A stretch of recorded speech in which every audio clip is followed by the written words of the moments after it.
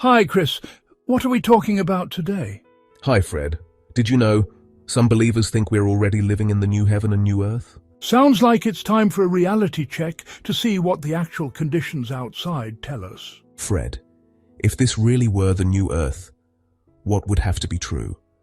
Let's read Revelation 21 verses 1 through 5 and find out. Now I saw a new heaven and a new earth, for the first heaven and the first earth had passed away. Also there was no more sea. Then I, John, saw the holy city, New Jerusalem, coming down out of heaven from God, prepared as a bride adorned for her husband. And I heard a loud voice from heaven saying, Behold, the tabernacle of God is with men, and he will dwell with them, and they shall be his people. God himself will be with them and be their God. And God will wipe away every tear from their eyes. There shall be no more death, nor sorrow, nor crying. There shall be no more pain, for the former things have passed away. Then he who sat on the throne said, Behold, I make all things new. And he said to me, Write, for these words are true and faithful. Also, there will be no more sea. We have seas. Game over. Now, hold on a minute, Chris. You do realize the people with this view can also read this verse. Clearly, they don't interpret the text literally. I know, Fred. I was just showing what a straw man is. That's when you say you're going to evaluate someone's view, then misrepresent it so it's easy to ridicule. That's a debate tactic, not truth-seeking. We don't want to do that here. There's clearly more to this view, so let's walk through one of the ways they get there. Okay, very briefly, people who think we're in the new heaven and new earth usually say something like this. Revelation is highly symbolic, not a newspaper. Heaven and earth passing away is covenant language. The old covenant world ended, the new covenant world began. Big events like 70 AD were the cosmic shaking. The temple fell, the old system collapsed, and that's the old heaven and earth passing away. The new heaven and new earth is mainly about a new spiritual order in Christ, not a physically transformed planet. So the strong images, fire, melting elements, no more sea, are pictures of that spiritual change, not literal geography. So where it says there was no more sea, how do they interpret that? Let's step into their shoes for a moment. They'll say something like this. Sea often represents chaos, danger, or the nations, not just water. They'll connect Revelation 21 with Ezekiel 47. In Ezekiel, water flows from the temple down to the sea and heals it. The dead water becomes fresh, full of fish. It's a picture of the nations being healed by the life of God. So when John says, no more sea, they hear, no more chaotic, hostile sea of nations, no more realm of death and corruption. In other words, spiritually, we're already in that healed order under the new covenant. From inside that system, it's not just no Pacific Ocean. It's symbolic language for the end of chaos. Okay, I see how they can derive that interpretation. In Ezekiel 47, the sea is healed, not removed. But even if we allowed sea to carry a symbolic shade of chaos, the main point of Revelation 21 and 22 is still no more death, no more curse, nothing that defiles, righteousness dwelling there. Whatever we call this present world, it simply doesn't match that description. Some who hold this view say it's progressive. The new heaven and new earth have already begun, and over time things will gradually move toward those conditions until they're fully in place. They get that idea mainly from Ezekiel chapter 47. In that vision, a river flows out from the temple. First the water is ankle deep, then it becomes knee deep, then waist deep. Then it's a river so deep you can't cross it. You have to swim. That's Ezekiel 47, verses 3 through 5. They read that as a picture of the kingdom. At first, gospel influence is just a trickle. As time goes on, it rises. Ankles, knees, waist. Eventually, the knowledge of God is water level. You're in it wherever you go. They'll connect that with verses like Habakkuk 2, verse 14. The earth filled with the knowledge of the glory of the Lord as the waters cover the sea. Isaiah 11, verse 9, the earth full of the knowledge of the Lord. And the kingdom parables in Matthew 13, the mustard seed that grows into a tree, and the leaven that spreads through the whole loaf. Put together, they say, we started ankle deep in the early church. It's been rising through history, and by now we're somewhere between waist deep and neck deep in the new creation.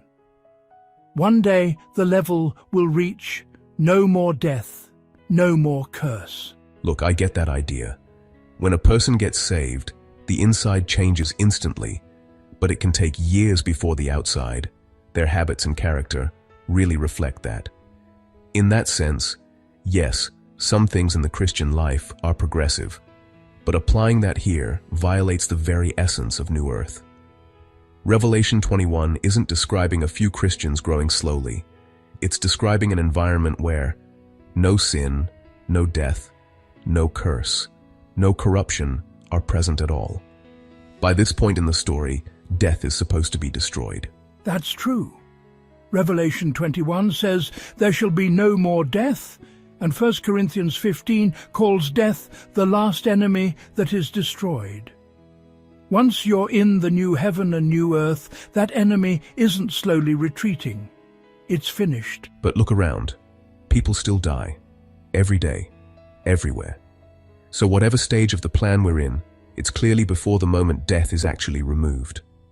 Peter adds another layer in 2 Peter chapter 3. The heavens will pass away with a great noise, and the elements will melt with fervent heat. To be fair, Chris, they do have an answer when we bring up 2 Peter chapter 3. When Peter says the elements will melt with fervent heat, the Greek word there is stoicheia.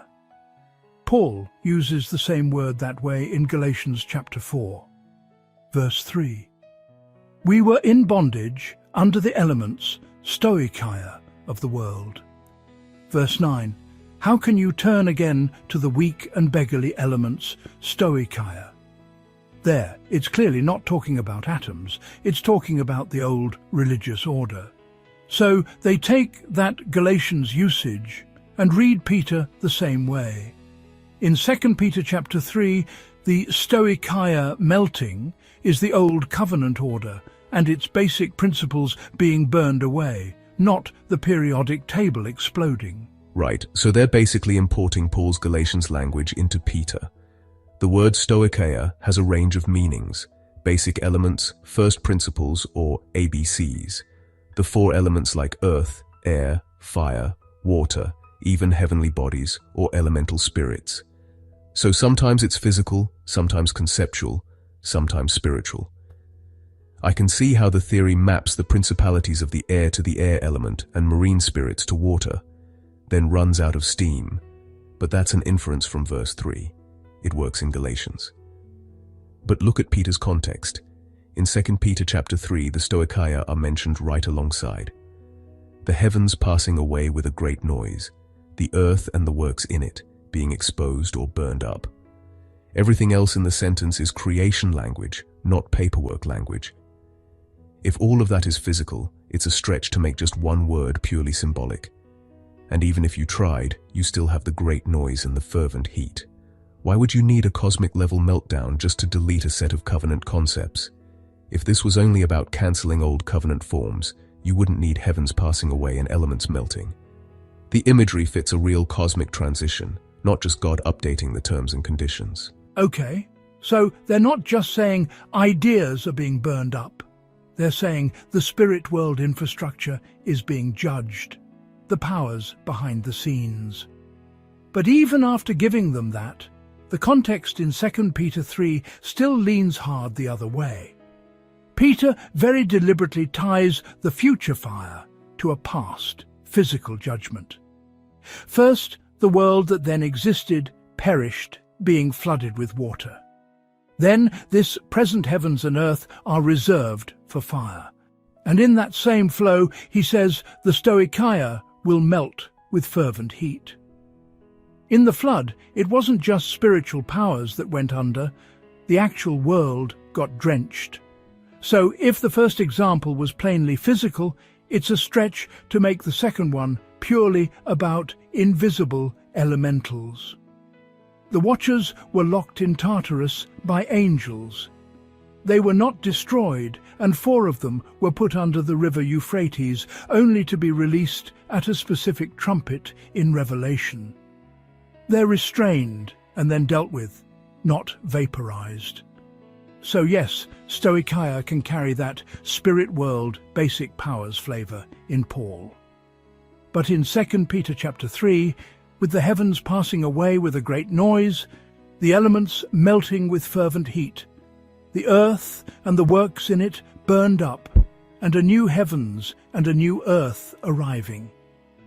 The most natural reading is still a real cosmic reset, not just a change of management in the unseen realm. And then there's Romans chapter 8. Paul says creation is groaning, subject to futility, waiting for the revealing of the sons of God and the redemption of our body. Romans 8 is groaning creation. Revelation 21 and 22 is healed creation. If earthquakes, famine, decay, and disaster are still normal, we're clearly still in Romans 8 mode, not Revelation 21 mode. I can verify you groan on a regular basis. I don't groan that much. Let's keep it moving. So, what did you actually think of the theory, Chris? To be honest, when you first hear it, the instinct is to start table flipping at such nonsense. But once you take a good look at the theory, there is a part that I find quite eloquent. Again, with the table flipping. So, what part works for you? I really admire the effort when people make all the connections to string together a coherent theory. I'm on board with the new covenant creating a change that will manifest over time. Ezekiel 47, talking about ankle-deep, then knee-deep water, is kind of how Christian influence really does shape society and restrain it from going off a cliff. The weakest point is that it paints life under the new covenant as a renovation project. When you renovate a house, you don't invite friends to see your new house. You invite them to see what you've done with the place. If it was your first house, it's still your first house. Revelation explicitly says the first earth has passed away, meaning we're moving to a second one, and it says, I make all things new. That's where I see a pretty serious disconnect from the whole point of it. I'm also surprised most explanations of the theory gloss over the trees on the banks. They provide fruit every month for healing. That's actually the single strongest point in the theory from what I can see, because it's direct revelation language. You're right.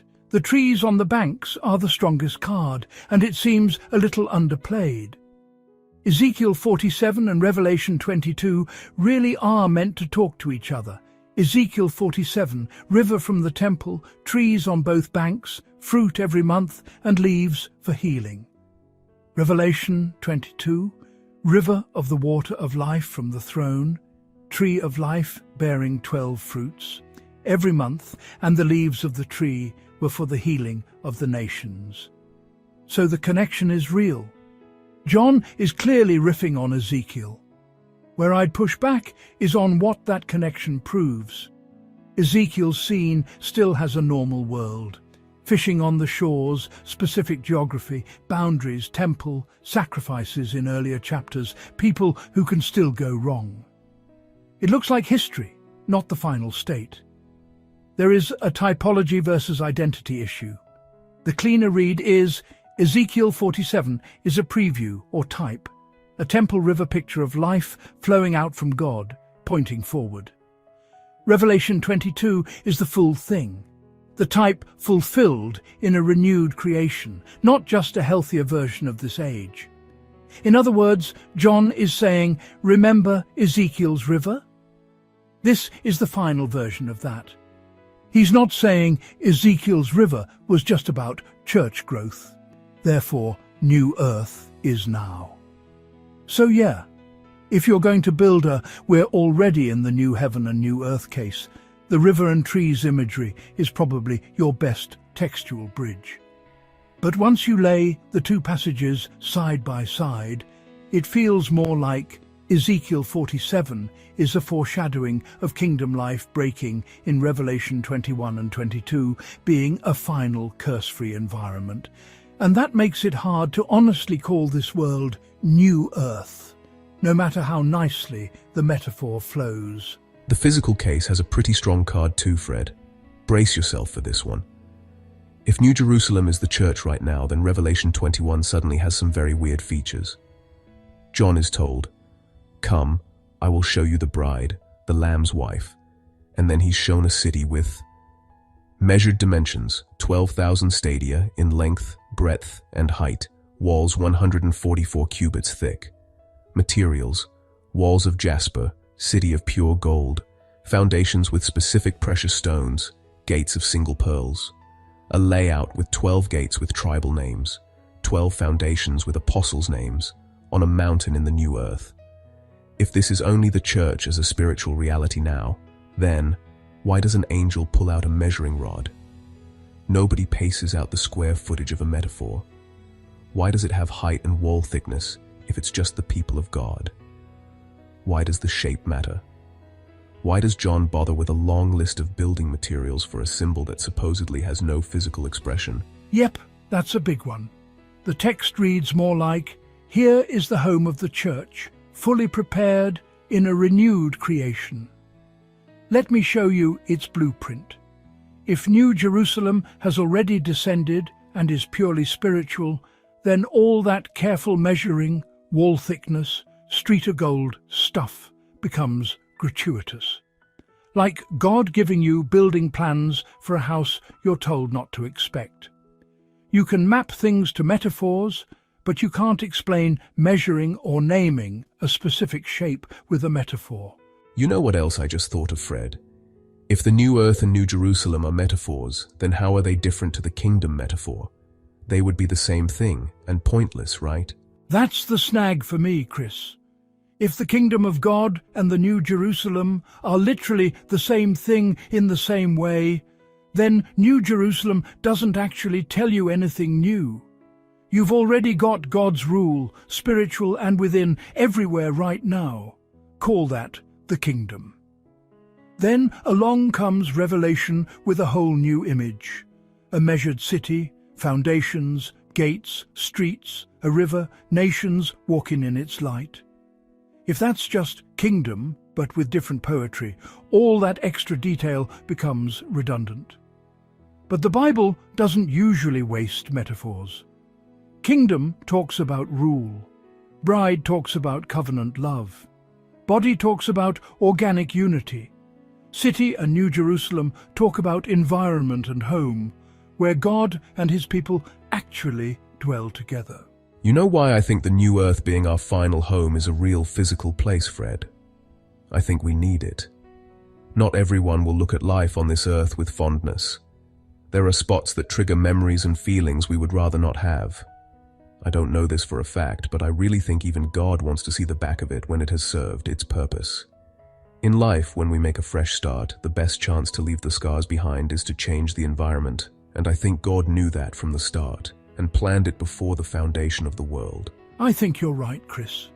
Revelation 21 doesn't just say, "I'll help you cope with the old world." It says, "Behold, I make all things new." New home, new bodies, new story. The cross dealt with our guilt. The new earth deals with the fallout and the rubble. It's like God saying, we're not going to live forever in the house where everything went wrong. So there we have it. I think we gave it a fair hearing. It's a nice metaphor for the new covenant, but I'm not moved from expecting this universe to be flushed, and a new one where there is no pain. You may not agree, and that's fine. We're just shooting the breeze. It's not a salvation issue, and we're family, so let's love one another and let it be what it is. An interesting view of the new heaven and new earth that we checked out. It's fine as a metaphor, just not if it replaces the big cube in real life on a real new earth. Our final home sounds great, and I'm excited about it. We'll leave it there for now. Thank you for watching, and we'll see you on the next one. If we're still here, of course. God bless you.